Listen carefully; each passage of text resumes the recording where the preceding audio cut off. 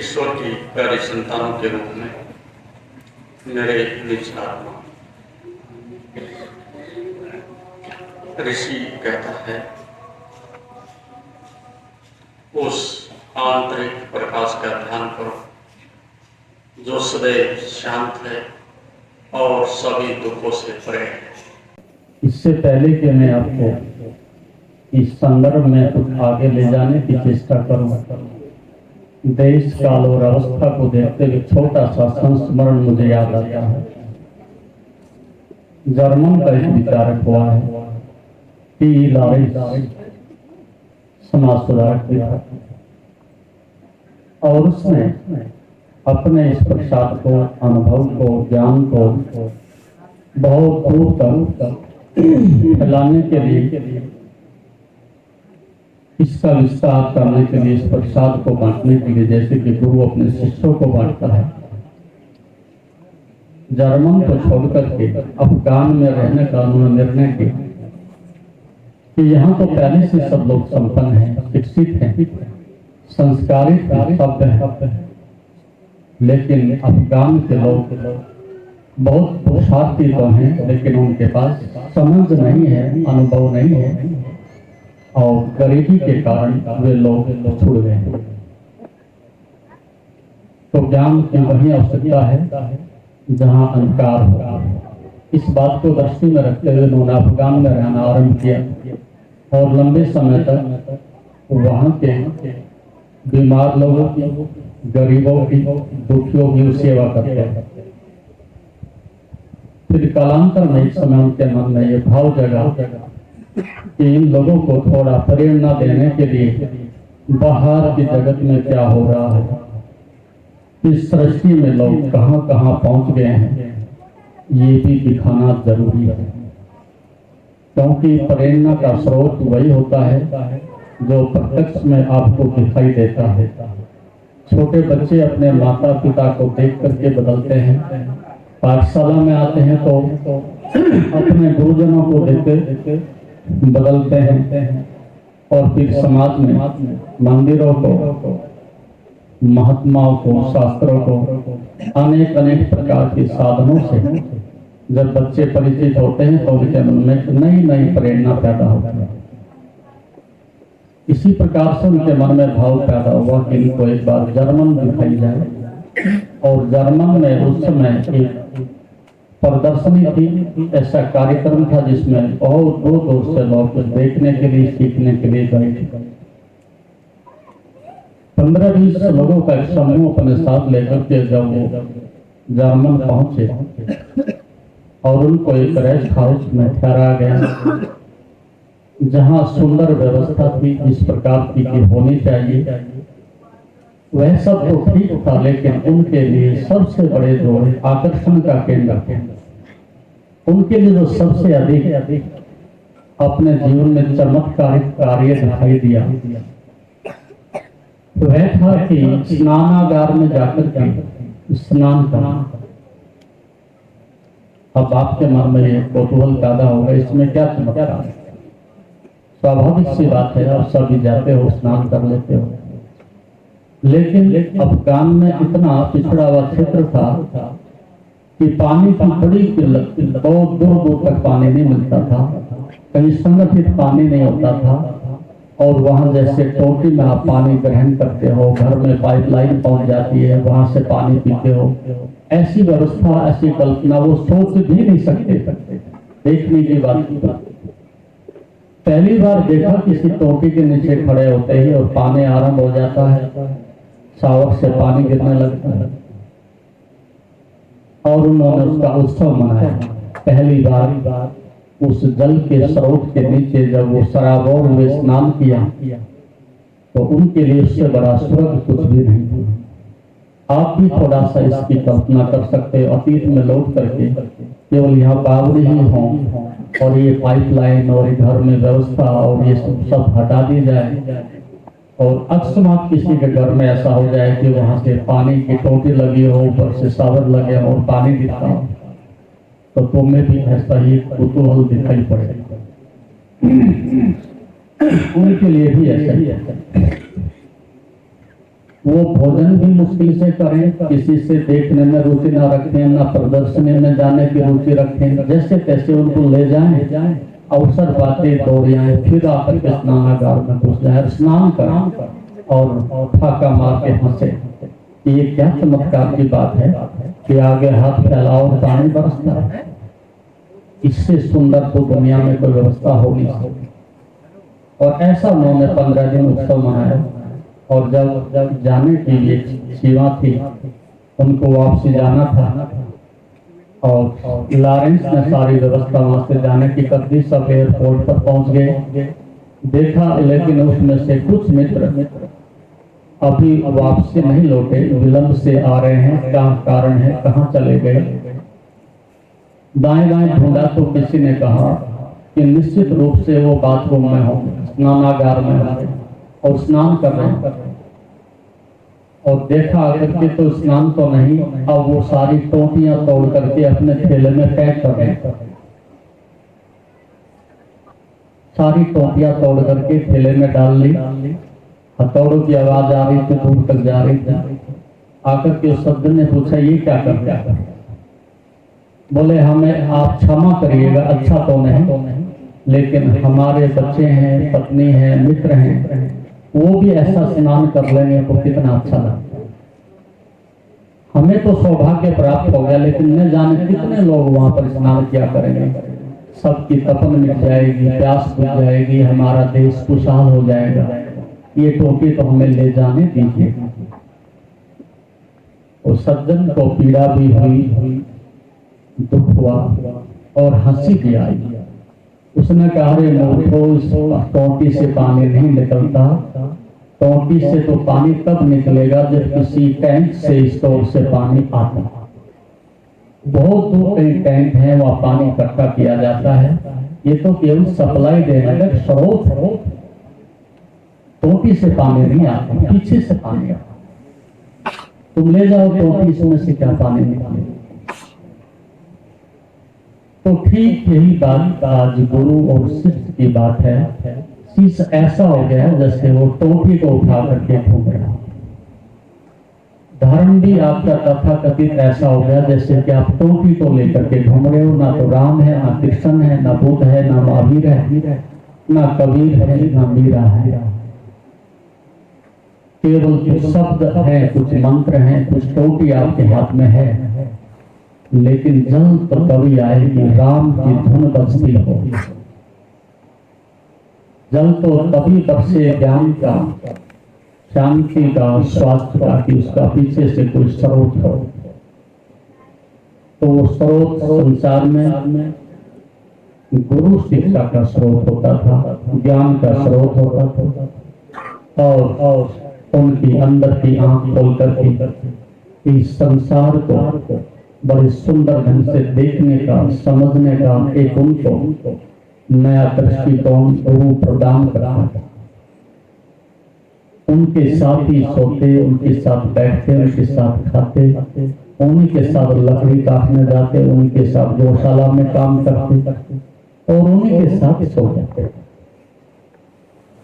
किसी को बदलना हो तो सबसे पहली प्रक्रिया यहाँ से आरंभ होती है कि छाया की तरह से आप उसके साथ सतत 24 घंटे बने रहो। और जो श्रेष्ठतम आपके पास है उस अमृत को बहाने लगो। जैसे कि फूल किसी डाल पर खिलता है तो कहीं जाता नहीं, खिलने मात्र से हवाएं उसकी सुगंध को दूर तक ले जाती है। आपको शायद बच्चों को उपदेश भी कम देना पड़े, कभी कभी कुछ कहना पड़े। यदि गुरु वस्तुतः अपने सुगंध से भरा हुआ है, अपने ज्ञान से, अनुभव से भरा हुआ है, तो उस अवस्था में निश्चित रूप से वो बच्चे देखते देखते वो सब सीख जाएंगे जो जीवन में अत्यंत अनिवार्य होता है।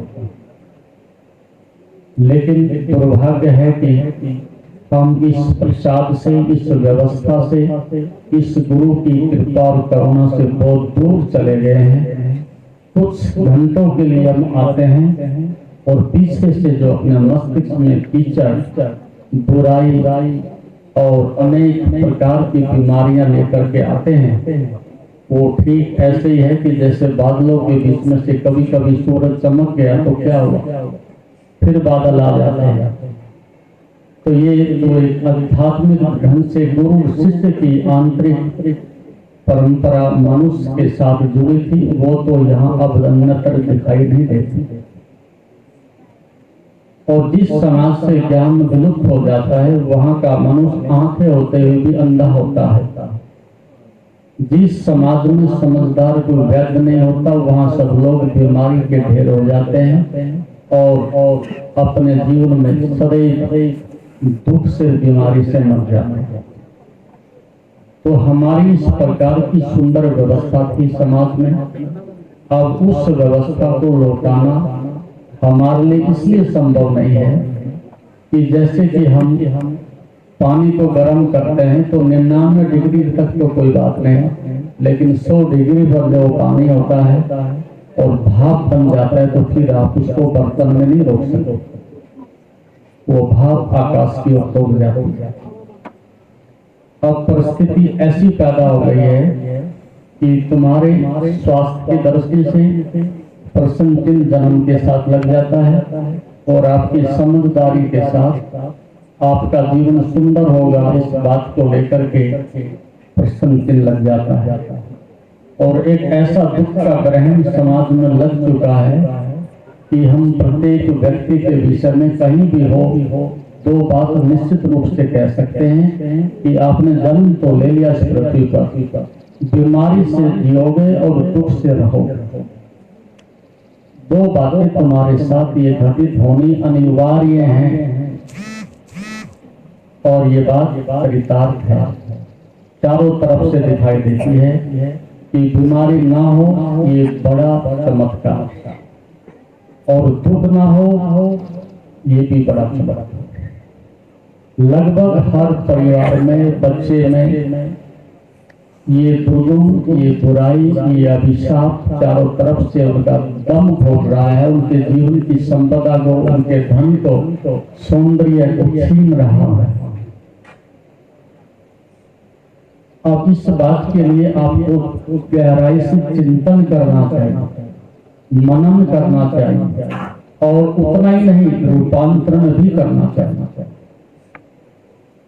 चिंतन तो बहुत करते हैं, मनन भी कर लेते हैं, लेकिन रूपांतरण करना बहुत जरूरी होता है। और यदि ये प्रक्रिया आप नहीं अपनाओगे समाज में तो बहुत कुछ तो लुट गया, लेकिन जो थोड़ा बचा है ये भी समाप्त हो जाएगा। इसी संदर्भ में इस राष्ट्र में शिक्षा के लिए जो आपके जीवन को श्रेष्ठ और उन्नत बनाने के लिए मापदंड होने चाहिए थे, वो सब कुछ समाप्त कर दिए गए। केवल आपके जीवन में आजीविका के लिए, किसी पद के लिए, किसी महत्वाकांक्षा के लिए आपको इस जीवन में ऊंचा उठाने की चेष्टा की जा रही है। ठीक उस वृक्ष की भांति यदि किसी वृक्ष को आप ऊपर उठाने की चेष्टा करते जाएं तो वो तभी ऊपर उठ सकता है कि उसके पीछे जड़ें हों। यदि आप उसकी जड़ें काट दें तो वृक्ष कुछ समय के बाद नीचे गिर जाएगा। तो ठीक आपको बाहर की तरफ खींच करके आपका विकास करने की चेष्टा तो की जा रही है कि आपको अच्छी नौकरी दे देंगे, अच्छा मकान दे देंगे, आजीविका दे देंगे, ये ठीक है। लेकिन ये उस वृक्ष की बात है कि जिसको बाहर से जो बढ़ाया जा रहा है, आकाश को खींचा जा रहा है, लेकिन यदि इसकी जड़ें काट दी जाएं तो पृथ्वी पर नीचे गिर जाएगा। तो एक अर्थ में आप बाहर से विकसित हो रहे हो, सभ्य हो रहे हो, लेकिन संस्कारवान नहीं हो रहे हो। जब तक तुम जैसे बाहर बढ़ रहे हो अपने अंदर भी बढ़ना आरंभ ना कर दो, उठने से पहले तुम्हारे जीवन में नहीं दुख जाएंगे ना ये बीमारी जाएगी। तो तुम्हारी दो प्रकार की परवाह है, एक कि बाहर आजीविका के लिए आप किसी पर निर्भर ना रहें, और दूसरा ये कि आप अपने जीवन को श्रम उत्तरदायित्व अपने कंधों पर ले लो। ना तो आसमान में रहने वाले किसी परमात्मा के भरोसे बैठे रहो, ना किसी साधु के आशीर्वाद के भरोसे बैठे रहो, ना देवता और मंदिर के भरोसे कहीं बैठे रहो। जिंदगी तुम्हें मिली है, तुम्हें ही खोजनी होगी और तुम्हें ही उसे प्राप्त करना होगा, तुम्हें ही उसके रूपांतरण करने होंगे। ये बात अच्छी प्रकार से समझ लो कि बना बना हलवा नहीं कि तुम खाओगे और निकल जाओगे। ऐसे जीवन प्रभु ने दिया है, उसे खोजना, उसे जीना, उसे दिशा देनी, उसमें परिवर्तन करना, वो आपकी पहली प्राथमिकता है, जिम्मेदारी है। यदि आप इससे भागते हो तो आप कभी भी जिंदगी में ऊंचे नहीं उठ सकते और उसके लिए कर्म आपकी पहली प्राथमिकता है। जैसा आज आपका जीवन है वो कर्मों का एक बड़ा जोड़ है। आपका जीवन आपके कर्म का एक संग्रह है। आपके करने से जीवन बनता है और यदि आपका करना ही निकृष्ट है, आपका करना ही मूर्खता से और मूर्छा से भरा हुआ है और फिर आप बैठ करके आशा करें कि हमारे जीवन में संगीत पैदा होगा, शांति की धुन बजेगी और हम स्वस्थ रह करके जिंदगी को उत्सव से जिएंगे, तो ये कल्पना छोड़ दीजिए। कोई पड़ोसी सुख नहीं देगा, शांति नहीं देगा, कोई सेहत नहीं देगा, न कोई शास्त्र देगा। ये तो जीवन में अपने कर्म से स्वयं आपको खोजना होगा और उसके लिए योग संसार की सबसे श्रेष्ठतम मनुष्य की एक जीवन प्रणाली विकसित करने का ऐसा आध्यात्मिक वैज्ञान है जिसके द्वारा आप अपने जीवन को सुंदर बना सकते हो। ये पहले था तब मनुष्य की सृष्टि का शिखर और खिलता हुआ फूल था। विलुप्त हो गया तो मनुष्य की सुगंध भी खो गई, सौंदर्य भी खो गया। आज फिर पुनः एक सौभाग्य का क्षण आ रहा है कि योग का नाम लिए जाने लगा। मुझे स्मरण आता है उस समय मास्टर कमराज जी हेड मास्टर होते थे या मास्टर होते थे और मैंने यहाँ पदार्पण ही किया। एक भिक्षु के रूप में नदी किनारे में रहता था और योग के प्रति प्रेम था, तो मैंने यहाँ करके एक प्रस्ताव दिया था, इन बच्चों को कुछ योग सिखाया, इनको कुछ इस दिशा में आगे बढ़ाया जाए। तो संभवतः मुझे पूरा याद नहीं, मास्टर जी थे या कोई दूसरे हेड मास्टर थे, हमसे ये कहा गया कि ये बात तो ठीक, लेकिन यदि हमारे ड्यूटी को हमारे प्रधान जो है, जो यहाँ पर शिक्षक होते हैं क्षेत्र के, जो देखने के लिए आते हैं, यदि उनको पता चल गया और किसी बच्चे का हाथ पैर हिल गया, कहीं से खिसक गया कुछ, तो हम क्या जवाब दें? आप उपदेश दे दे तो ठीक, लेकिन ये टांगे ऊपर नीचे करना, हाथ पैर हिलाना, कुछ जोखिम से भरा हुआ काम है, हमारी नौकरी खतरे में हो जाएगी। उस समय इस बात को कोई मान्यता नहीं मिलती थी, इसलिए फिर मैंने प्रयास भी नहीं किया इस क्षेत्र में। लेकिन देर सही आज ये आवाज उठी है, लेकिन अमेरिका से आई हो या भारत के प्रधानमंत्री के मुख से आई हो, जब तक किसी बहुत बड़े आदमी की कोई मोहर नहीं लगती तो हम सत्य को भी मानने को स्वीकार नहीं करते। लेकिन आज भी ये आंशिक रूप से आप तक सूचना पहुंची है, इसमें करने के लिए आपको फिर भी बहुत कुछ करना बाकी है। बाहर से जो बता दिया वो ठीक, लेकिन जब तक कि अंदर से मौलिक रूपांतरण नहीं होता उसे हम योग नहीं कहते। योग का अर्थ है कि 4 चीजें पूरी होनी चाहिए। उसमें माइंड सेट है, ये पहली प्राथमिकता है। दूसरा है आपकी हार्ट सेट, थर्ड है आपकी हेल्थ सेट एंड फोर्थ है आपकी सोल सेट। 4 चीजें हैं, इनको मिलकर एक परफेक्ट लाइफ पाती। माइंड सेट का अर्थ है पॉजिटिव थॉट्स। बच्चों में इतनी सकारात्मकता, इतनी विधायकता उनके जीवन में भर दी जाए कि जहाँ किसी प्रकार की घृणा के लिए, नकारात्मकता के लिए, बगावत करने के लिए, चोरी करने के लिए, निंदा करने के लिए दूसरों की लेग पुलिंग करने के लिए और समय को व्यर्थ में नष्ट करने के लिए कि कभी वो टेलीविजन में उलझे हुए हैं, कभी मोबाइल में उलझे हुए हैं और कभी नशे में, दूसरी बीमारियों में उलझे हुए हैं। इन सबको तभी अवसर मिलता है कि जब आप बच्चे के दिमाग में अच्छी बातें नहीं डाल पाते। और बच्चे तो कोरा कागज की तरह से हैं, उस पर जो तुम लिखोगे वैसा ही लिखा जाएगा। तुम्हें यही नहीं पता अच्छा क्या है, बुरा क्या है, परिणाम क्या है, इसके रिजल्ट क्या होंगे। तो माता पिता और शिक्षक का ये अत्यंत कर्तव्य बनता है कि वो सब अपने जीवन को निखार चुके हों, चारों तरफ से उसमें से एक आचरण की सुगंध बहती हो, और जहां तक भी उनको बन पड़ता है, दिख पड़ता है, उतने तक सब कुछ सुंदर और श्रेष्ठ करने के लिए उसमें जुट जाए। हमें कौन देखता है तो नहीं, हमें पारितोष मिलेगा कि नहीं, सरकार कुछ देगी कि नहीं, पंचायत से हमें कुछ प्रोत्साहन मिलेगा कि नहीं, इसके लिए हमें प्रतीक्षा ही नहीं करनी। जहां भी मेरे लिए जैसा भी अवसर हो, मैं खड़ा होकर के वही उस प्रसाद को बांटो बिना शर्त, तो ये बात आगे बढ़ सकती है। अब हम पैसे के बल पर ज्ञान बांटे, पैसे के बल पर दुनिया को बदले, मुझे नहीं लगता जिस व्यक्ति के जीवन में पद और पैसा महत्वपूर्ण है, उसके लिए जीवन महत्वपूर्ण नहीं रह जाता। ये बात ही नहीं हुआ करती थी प्राचीन काल में।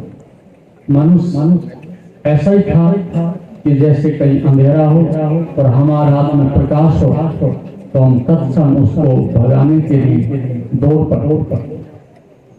तो इस प्रकार से इन बच्चों को सकारात्मक ऊर्जा से भरने के लिए इनके देखने की, सुनने की, भोजन की, शिक्षा की, समाज की, धर्म की इतनी सुंदर व्यवस्था यदि कर दी जाए कि इनको ना गलत देखने को मिले, ना गलत सुनने को मिले, ना गलत खाने को मिले, तो निश्चित रूप से प्रत्येक बच्चा अपने आप में यूनिक शिखर को छूने की क्षमता रखता है।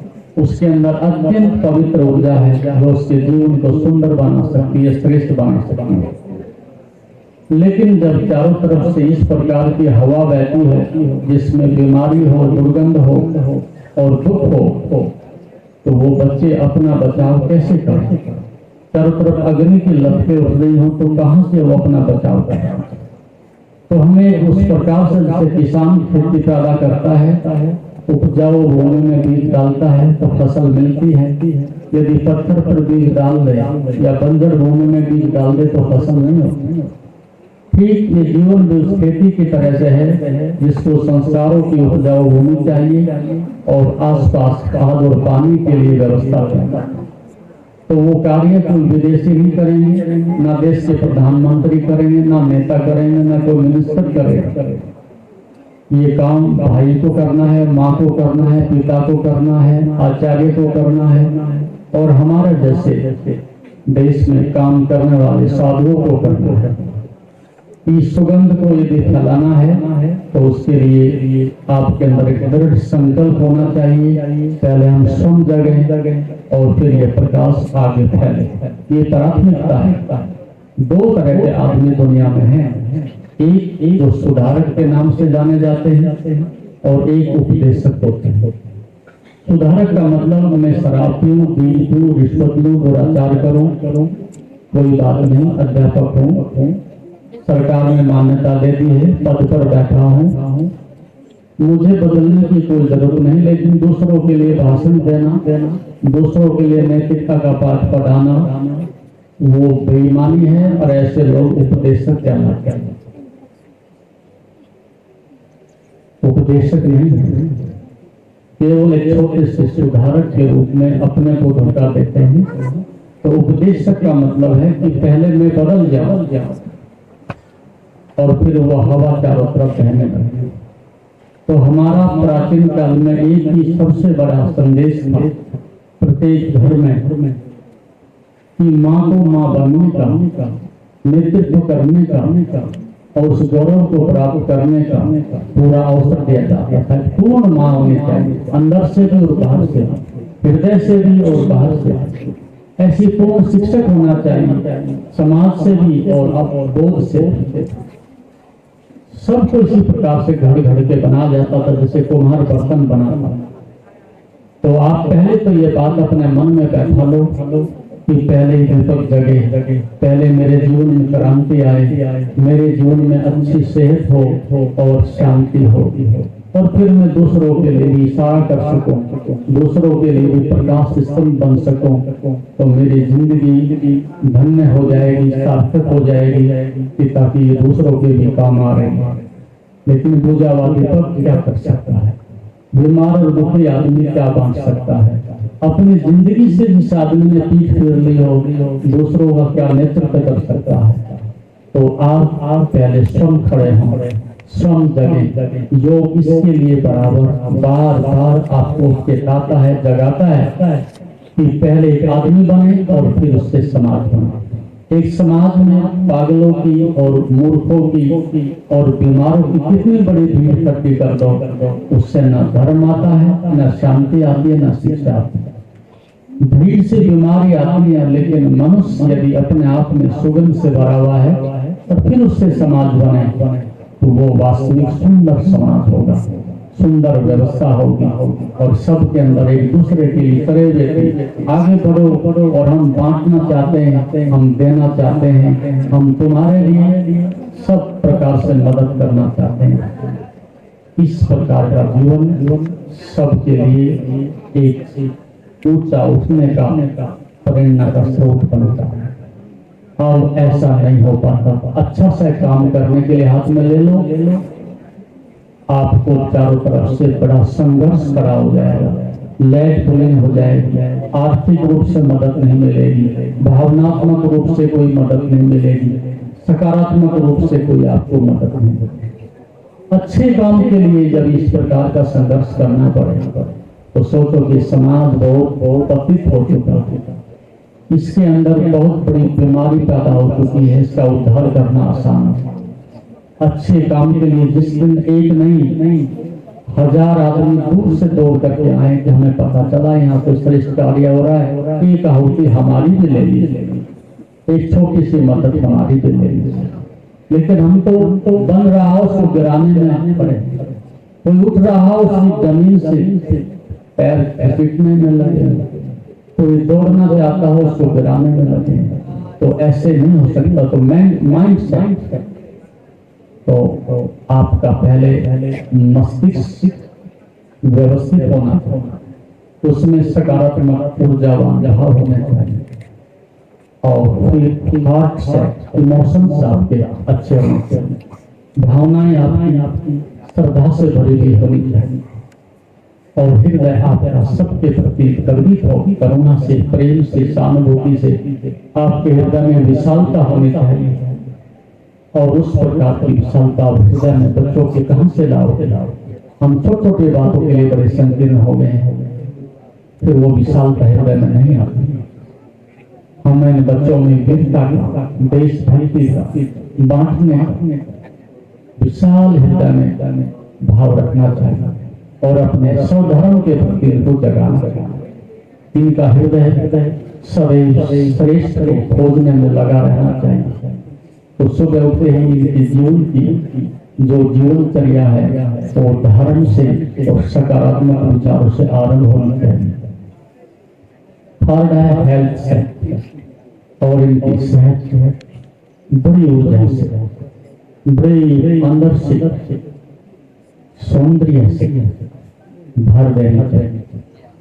उसके लिए इतना ऊर्जावान भोजन होना चाहिए, उतना सात्विक भोजन होना चाहिए, उतनी सुंदर एक व्यवस्था घर में होनी चाहिए। जिस प्रकार का इनको आप 10 दिन का भोजन खिला रहे हैं, डिब्बा बन जिसमें कोई गुणवत्ता नहीं, स्वास्थ्य नहीं, किसी प्रकार का इम्यून सिस्टम को डेवलप करने का सामर्थ्य नहीं, चलेगी कारतूस जैसे लकड़ी जलने के बाद राख हो जाती है, कुछ नहीं बचता, ठीक उस प्रकार का इनको आप सड़ा हुआ भोजन खिला रहे हो। लेवल अच्छा है, फ्लेवर अच्छी है, गुणवत्ता कुछ भी नहीं, तो दिमाग कहाँ से आएगा? जैसा भोजन खाते हैं उसी से ऊर्जा आती है, उसी से दिमाग बनता है। तो इनको उद्यमी बने, खेलों के प्रति रुचि रखें, 1-2 घंटा पसीना बहाएं, अच्छा भोजन करें और अपने स्वास्थ्य के प्रति अत्यंत सजग रहें, तो जिंदगी का तीसरा पायदान इनका अच्छा हो जाए। और चौथा है हार्ट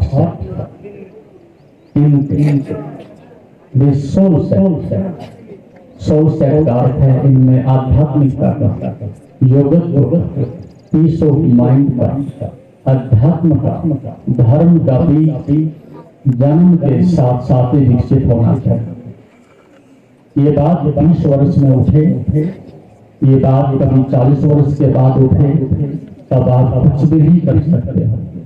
तब तक तो सब कुछ बह चुका होगा, चौपट हो चुका होगा, जिंदगी की ऊर्जा, ये रस सब जा चुका होगा।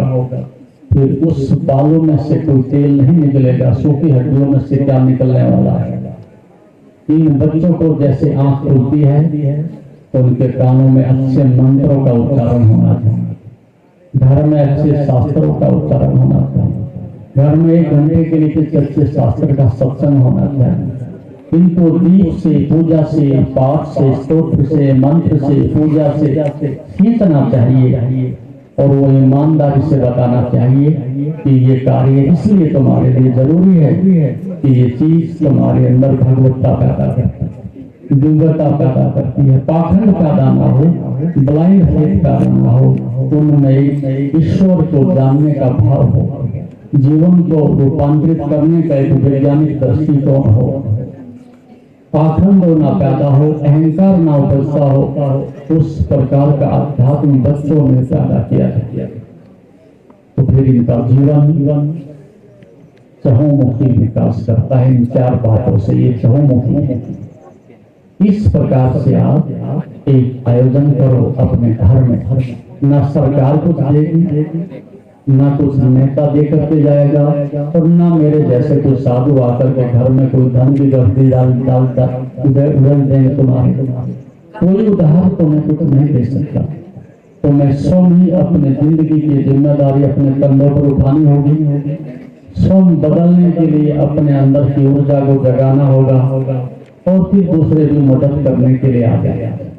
जो स्वयं नहीं उठता उसे कोई नहीं उठाता, जो स्वयं नहीं बदलना चाहता उसे कोई नहीं बदलता, जो अपने सेहत को स्वयं सुधारना नहीं चाहता कोई चिकित्सक नहीं सुधार सकता, और जो अपने मन को स्वयं शांति से नहीं भरना चाहता कोई इसको शांति नहीं दे सकता।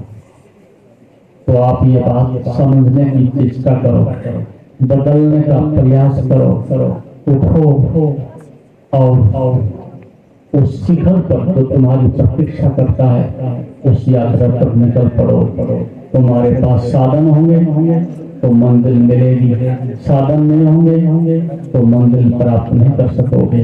एक अपंग आदमी को जिसको पैर चले रहे हों और हम कहें कि ये चढ़ाई करनी है पहाड़ की, वो नहीं कर सकता, मजबूत पैर है। तो आपको जिंदगी की एक नींव चाहिए, एक आधार चाहिए और वो 4 स्तंभ है कि आपका माइंड सेट, आप सकारात्मक विचार होने चाहिए, आपका हार्ट सेट, आपके हृदय में सदैव श्रद्धा और प्रेम की भावनाएं होनी चाहिए, सदैव बांटने का भाव होना चाहिए, लेने का नहीं। और हेल्थ सेट, अपने सेहत को ऊंचा रखा जाए और सोल सेट, अपने आध्यात्मिक मूल्य को, योगत्व को ऊंचा उठाया जाए। ये परफेक्ट लाइफ है, ये सुंदर जीवन है, आप वैसा जिए, ये मैं आपसे अपेक्षा करता हूँ, प्रभु से प्रार्थना भी करता हूँ आपका जीवन सुंदर बने, उज्जवल रहे, रिश्ते रहे, यही मेरी कामना है। और इसके साथ साथ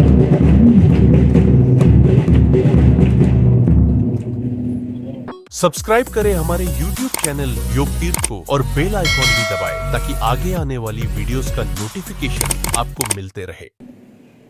आप सबको इन बच्चों के लिए जो अभी यहाँ इस कबड्डी को, इस प्राथमिक खेल को जिसके माध्यम से अनेक युवाओं ने इस देश को रोशन किया है, अपनी सेहत को भी अच्छा बनाया है, और जिसका स्वास्थ्य अच्छा होता है उसका मन भी अच्छा हो ही जाता है।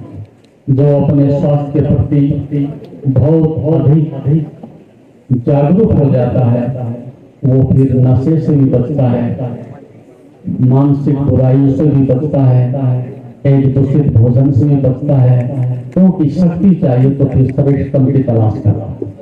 इसलिए हम सबको खिलाड़ी होना ही चाहिए।